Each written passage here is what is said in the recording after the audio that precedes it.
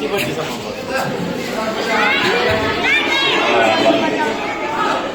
ल सबैलाई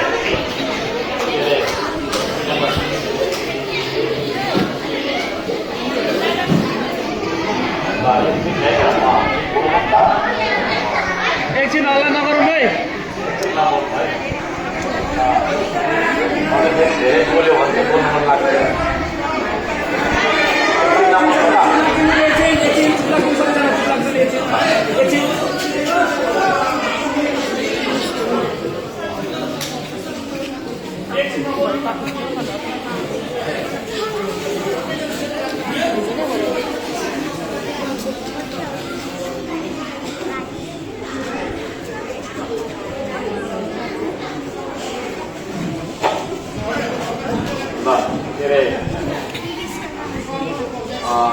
धन्यवाद सबैलाई। अस्ति चुनावभन्दा अगाडि भोट माग्न आएको तपाईँहरूले होइन आइहाल्छ पारिहाल्छ सुरु नै गरेको छैन। तपाईँहरूले धेरै धरान क्षेत्रबाट धेरै भोट पनि दिनुभयो। त्यसो भएको कारणले गर्दाखेरि म अहिले नम्बर 1 प्रतिस्पर्धीहरूमध्ये 2 मिनट नबोल्नु ल। प्रतिस्पर्धीहरूमध्ये पहिलो नम्बरमा आएर माथि काम गर्ने ठाउँमा म होइन ठिक छ। यहीँबाट बोल्यो म बोल्छु बसेर बोल्यो होइन बस्नु न अन्त अब थाहा ल सुन्नु है। तपाईँहरूले हल्ला नगरिदिनु न। हल्ला गऱ्यो भने त कहाँ सुन्दैन। एकदम हल्ला नगरी बस्नु ल। त्यसो भएको कारणले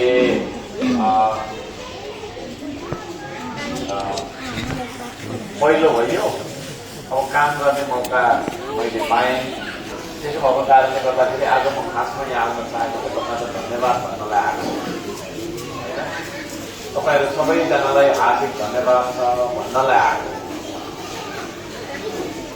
र अब तपाईँहरूको समस्याहरू त अब मैले पहिलोचोटि यहाँ आएको भन्ने हिसाबको कुरा होइन। म तपाईँहरूसँगै सुझाइले गरेँ। त्यसले गर्दाखेरि यहाँ अहिले भर्खर उहाँले राख्नुभएको समस्याहरू सर्दो कोरिडोरको कुरा होइन। के हुन्छ भने क्षेत्राधिकार भन्छ कि अब यहाँ धेरैले हामी बुझ्छौँ केहीले बा बुझ्दैनौँ पनि। त्यसले गर्दा अलिकति मैले यहाँ भन्न चाहेको फेरि अन्यथा नमान्नु होला। बजेटदेखि जान्ने भइस नभन्नु होला। क्षेत्राधिकार भनेको चाहिँ कसले कति गर्न सक्छ भन्ने अधिकार क्षेत्र होइन।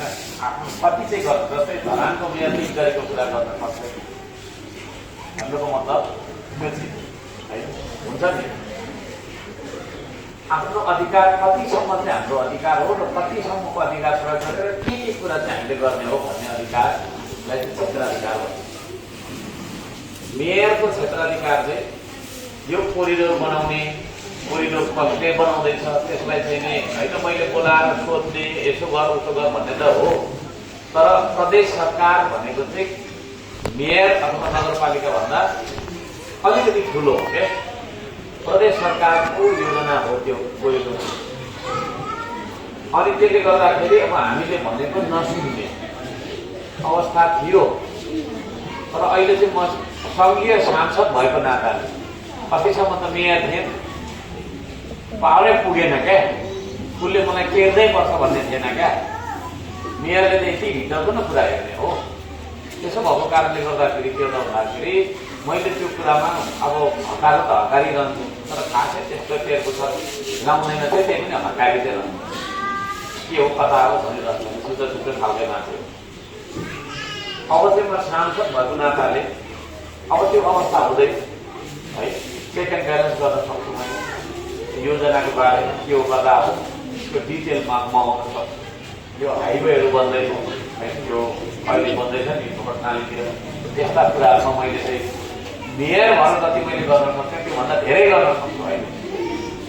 त्यसलाई चाहिँ के हो त भन्दाखेरि क्षेत्राधिकार चाहिँ त्यहाँसम्म मेरो छ भन्न खोजेको मैले र एउटा सङ्घीय सांसद भएको नाताले केन्द्रको सांसद तपाईँहरूले बनाउनु भएको नाताले अब यो कोरिडोरको बारेमा मैले खबर दिनेदेखि लिएर के भएर ढिला सुस्ती भयो भन्ने खबर दिनेदेखि लिएर त्यसलाई ताकेता गर्नेदेखि लिएर होइन बजेट पुगेको छैन भने बजेट विनियोजन गराउने अब सरकार बनाउने गरेको भोटे आयो होइन भोट आएको भए त आफैले गरिहाल्थ्यो तथापि सरकारलाई तपाईँको काम गराउने ठाउँमा अथवा गराउने ठाउँमा हामी भएको कारणले हामी भन्न सक्छौँ म भन्न सक्छु र त्यस कुरामा मैले तपाईँलाई थुप्रै आश्वस्त गराउन पाएँ र अब थुप्रै छन् यहाँनिर हाम्रो बाटाघाटाका कुराहरू पानीका कुरादेखि लिएर यी कुराहरू कतिपय कुराहरू राम्रो बुझौँ है कतिपय कुरा नगरपालिकाले गर्ने काम हुन्छ होइन कतिपय कुरा प्रदेश सरकारले गर्ने काम हुन्छ कतिपय कुरा चाहिँ सङ्घीय सरकार केन्द्र सरकारले गर्ने काम यो तीनैवटा क्याटेगोरीलाई हेरेर हामी तपाईँहरूलाई चाहिँ सहयोग गर्नेछौँ म त्यो गर्नको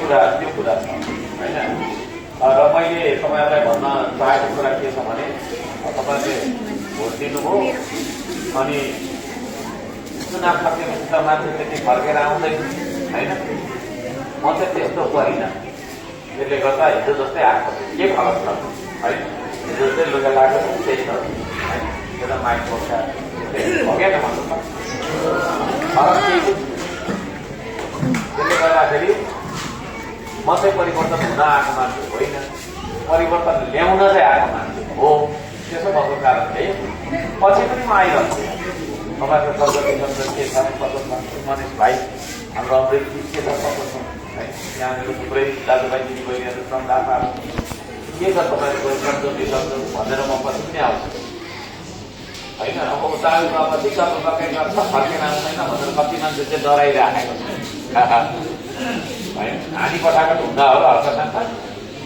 होइन अन्त मान्छे हो नि तपाईँहरूको सन्जोगदेखि लिएर तपाईँहरूको के छ सारा कुराहरू हेर्नका लागि बुझ्नका लागि म आउँछु है आइ नै रह यहाँलाई म त्यो पनि वचन दिन चाहन्छु तपाईँहरूले आफ्नो अमूल्य मत होइन मतको कुनै तपाईँको मूल्य हुँदैन त्यो यति धेरै महत्त्वपूर्ण हुन्छ त्यो मत तपाईँहरूले दिएर मत जितेको भन्नाले 1 नम्बर भएको जितेको भनेको होइन 1 नम्बरको त्यो पहिलो भएँ म 17ले धेरैले मलाई दिने होइन मत दिनु भएको छ सारा मतदाताहरूलाई धन्यवाद भन्न चाहन्छु र यो चुनावमा चाहिँ तपाईँहरूले भोट नहालेको भए मलाई भोट नहालेको भए अब म त काम गर्ने ठाउँमा जानु पाउँदैन तपाईँहरूले मलाई पठाएको हो म त्यो कुरा बिर्सिदिनँ र तपाईँहरूको हक हितका लागि तपाईँहरूको न्यायका लागि तपाईँहरूको सेवा सुविधाका लागि पनि काम गर्नुपर्छ अब यता यो 7 बिघा त्यो जग्गाको कुरा छ त्यो पनि गर्नुभयो उहाँ त्यसमा पनि कुरामा के हो मैले अघि भने त पहिला मेयरको यस्तो हुन्छ के त्यो मेयरको तहबाट गर्न नसक्ने कामहरू थुप्रै हुन्छ होइन जो चाहिँ तपाईँको एउटा सङ्घीय सांसदले गर्न सक्ने अब यो देशको नियम कानुन बनाउनेदेखि लिएर हरेक कुरामा सांसदको चाहिँ तपाईँको फेरि भूमिका हुन्छ अब हामीले 3 सिट मात्रै ल्याएको छौँ होइन त्यसले गर्दा हामी चाहिँ चुप्प लागेर घरमा बस्नुपर्छ भन्ने हुँदैन यहाँ हाम्रो सैनिक प्रतिपक्षको भूमिका रहन्छ सरकारले गलत गर्यो भने सही गर भनेर त्यहाँनिर तपाईँको चाहिँ उसलाई होइन सही बाटोमा ल्याउने काम हाम्रो हामी त्यहाँ गएर त्यो खालको काम र अब भिजन त हाम्रो थुप्रै भिजन थियो अब हाम्रो भिजन लागू गर्ने ठाउँमा त हामी आएनौँ तथापि हाम्रा केही भिजनहरू हाम्रो एजेन्डाहरू यस्ता छन् भनेर पनि हामी सधैँभरि कुकुर र बिरालोको सम्बन्ध हुन्छ भन्ने पनि छैन है त्यसले गर्दाखेरि अहिले जसलाई सबभन्दा ठुलो दल बनाइदिएको छ त्यो दलसँग तपाईँको चाहिँ जनताको सेवा सुविधाका लागि अब कुनै असमान शान्ति सम्झौता यो त्यो भ्रष्टाचारको कुरामा त हामी एग्री गर्ने कुरो पनि हुँदैन होइन त्यो सायद नआउला तर सेवा सुविधाका कुरा विकासका कुरा बाटाघाटा बनाउने पानी खुवाउने बिजुली बल्ने बत्ती संरक्षण गर्ने यस्ता साना कुराहरू होइन जति पनि छन्। साथै तपाईँको चाहिँ हाइवेहरू व्यवस्थापन गर्नेदेखि लिएर यस्ता कुराहरूमा ठुला साइजका कुराहरू छन्। ती कुराहरूमा पनि तपाईँको चाहिँ हामीले हाम्रो तर्फबाट हाम्रा क्षेत्रको यही मागहरू छन् भनेर हामी राख्छौँ है। ती कुराहरूलाई उहाँले स्वीकार्नुपर्छ, किनभने बहुमत पायो भन्दैमा त्यो पैसा भनेको उहाँको घरको पैसा होइन है। त्यसले गर्दाखेरि प्रतिपक्षको कुरा पनि सुनेर उसको पनि तपाईँको चाहिँ के अरे चाहना भावना र आवश्यकता, उसको क्षेत्रको आवश्यकता, उसको तर्क र बहसलाई पनि सुनेर बजेटहरू बनाइन्छ। त्यो खालको चाहिँ काम हुने गर्छ। म तपाईँको के भन्न चाहन्छु र मूलभूत कुराहरू हामी भन्ने छौँ है। त्यसले गर्दाखेरि अब त्यसरी चाहिँ हामी जान्छौँ र तपाईँहरूलाई मैले धेरै भुलाइराख्न चाहेँ। म यहाँ आएको तपाईँलाई धन्यवाद भन्नलाई मात्रै आएको होइन। मैले तपाईँहरूलाई अरू कुरा केही पनि दिन सक्छु है। न मासुभातै खुवाउन सक्छु, न खुवाएँ, अहिले खुवाउन सक्छु है, खुवाउँदिनँ पनि। त्यो तपाईँलाई आशा पनि छ है, तपाईँले आफै खान सक्नु। तर यो देशको देशी बनाउने कामहरू होइन, यसो नगर्नु नि हो, त्यसो नगर्नु न। त्यो मलाई माटोलाई चाहिँ रोक्नुपर्छ, माटोलाई चाहिँ रोक्नुपर्छ ल। त्यसो छ। त्यसले गर्दाखेरि अब यस्ता केटाकेटीहरू देख्छु है, केटाकेटीहरूको भविष्य बनाउने चाहना छ होइन। अब यी नानीहरूको भविष्य बनाउनु पर्छ हामीले। त्यही खालको तपाईँको चाहिँ शिक्षा पद्धति लागू गर्नुपर्छ भनेर ठुलो एजेन्डा त भनियो। तर हामीलाई सरकारमा जाने खालको भोट आयो, धरानबाट त आयो, तपाईँले त देख्यो होइन। कुन एकबाट त थियो, अरू ठाउँबाट चाहिँ समय पनि पुगेन होइन। हतार के 15 दिनभित्रको उसमा 2 महिनाको तयारीले लडेको तैपनि जो राष्ट्रिय पार्टी भयो। यो पार्टी चाहिँ तपाईँको सबैको पार्टी हो है। श्रम संस्कृति मेरो मात्रै होइन नि, यहाँ सबैजनाको है। यो पार्टीलाई बचाइराख्नु, फैलाउनु है। मैले यहाँ अवगत राखेर बचाएको छु, सबैलाई समेट्नु, फैलाउनु होइन। त्यसरी फैलाउनु, गाउँ घर कता कता सबै आफ्नो नेक्स्टमा सबै फैलाउनु। यो श्रम संस्कृति भनेको चाहिँ तपाईँहरूको पार्टी होइन। यसको अगाडि म अहिले छु होइन। तर यो हामी सबैको एउटा मान्यता त्यो भन्न चाहन्छु। तपाईँहरूसँग भेट्न पाउँदाखेरि अत्यन्तै खुसी लाग्छ मलाई। हाम्रा साथीभाइहरू, दिदीबहिनी, दाजुभाइहरू रमाइलो हुनुहुन्छ, सहयोग झगडा नगर्नु, कहिले पनि एकअर्कालाई मिलेर बस्नु होइन, सहयोग गर्नु एकअर्कालाई है, सहयोग बराबर गर्नु। तपाईँले चाहिँ जन्तीमा कृष्ण गई मलामी पनि सँगै बसाल्नु, जन्ती भतेरमा मात्रै सँगै अनि मलामी अनि एक्लै हुने खालको हाम्रो वातावरण हुनु हुँदैन। म त्यो भन्न चाहन्छु। थुप्रै कोही यहाँ हामी बिरामी पनि छौँ होला है, धेरै जाँडहरू नखान, म त्यो पनि भन्न चाहन्छु है। तर बिहानै यसो खानु पनि मन लाग्छ घरिघरि लाग औषध खानु हुँदैन, युवाहरूलाई त्यसरी भन्दैछु है। लाग औषध खानु एकदम छङ्ग दिमागहरू छङ्ग कस्तो होइन। अन्यार त्यो के हो, कथा हो भन्ने खालको केन्द्रित भएको होइन। हाम्रो साम्पाङमा चाहिँ चुङचुङ भन्छ क्या, चुङचुङ के बस्नुपर्छ होला। साम्पाङ हुनुहुन्छ कोही कोही हुनुहुन्छ होला, हुनुहुन्छ कोही साम्पाङमा चुङचुङ घर बस्नुपर्छ भन्नुको मतलब छङ्ग दिमाग हो है। त्यो छ। म यहाँ त्यो पनि भन्न चाहन्छु, मिल्नु है। अलिअलि कसैले के भनिहाल्यो भने पनि सहँदा सानो हुँदैन, साथी हो है भनेर भोलि भरे कम्प्रोमाइज भइहाल्छ। यहाँ सबैजनालाई म त्यो भन्न चाहन्छु र हाम्रा अमृतजीहरू सबैजनालाई धन्यवाद दिन चाहन्छु। मैले अब के भन्ने कि अलिक धेरै बोलौँ होइन, नबोलौँ भइहाल्छ कति है। चुनावमा फर्स्ट आइहाल्ने अगाडि किन बोल्नु पनि भन्ने लाग्यो। चुनाव कति हो, चुनावभन्दा अगाडि भएको फेरि तपाईँले नबोल्दै मात्रै लाग्यो भन्न 2 घन्टा अब चाहिँ मैले धेरै सोच्नुपर्छ, फेरि पछि चुनाव आउने बेला फेरि नै बोल्नु भन्नुको मतलब के अरे धेरै बोल्न आवश्यक छैन। होइन, मैले भने तपाईँको दुःखसँग म वाकिफ छु। आर्थिक विकास गर्नुपर्छ हामी। अब तर संस्कृतिको सरकार बन्ने गरी भोट आएन यहाँ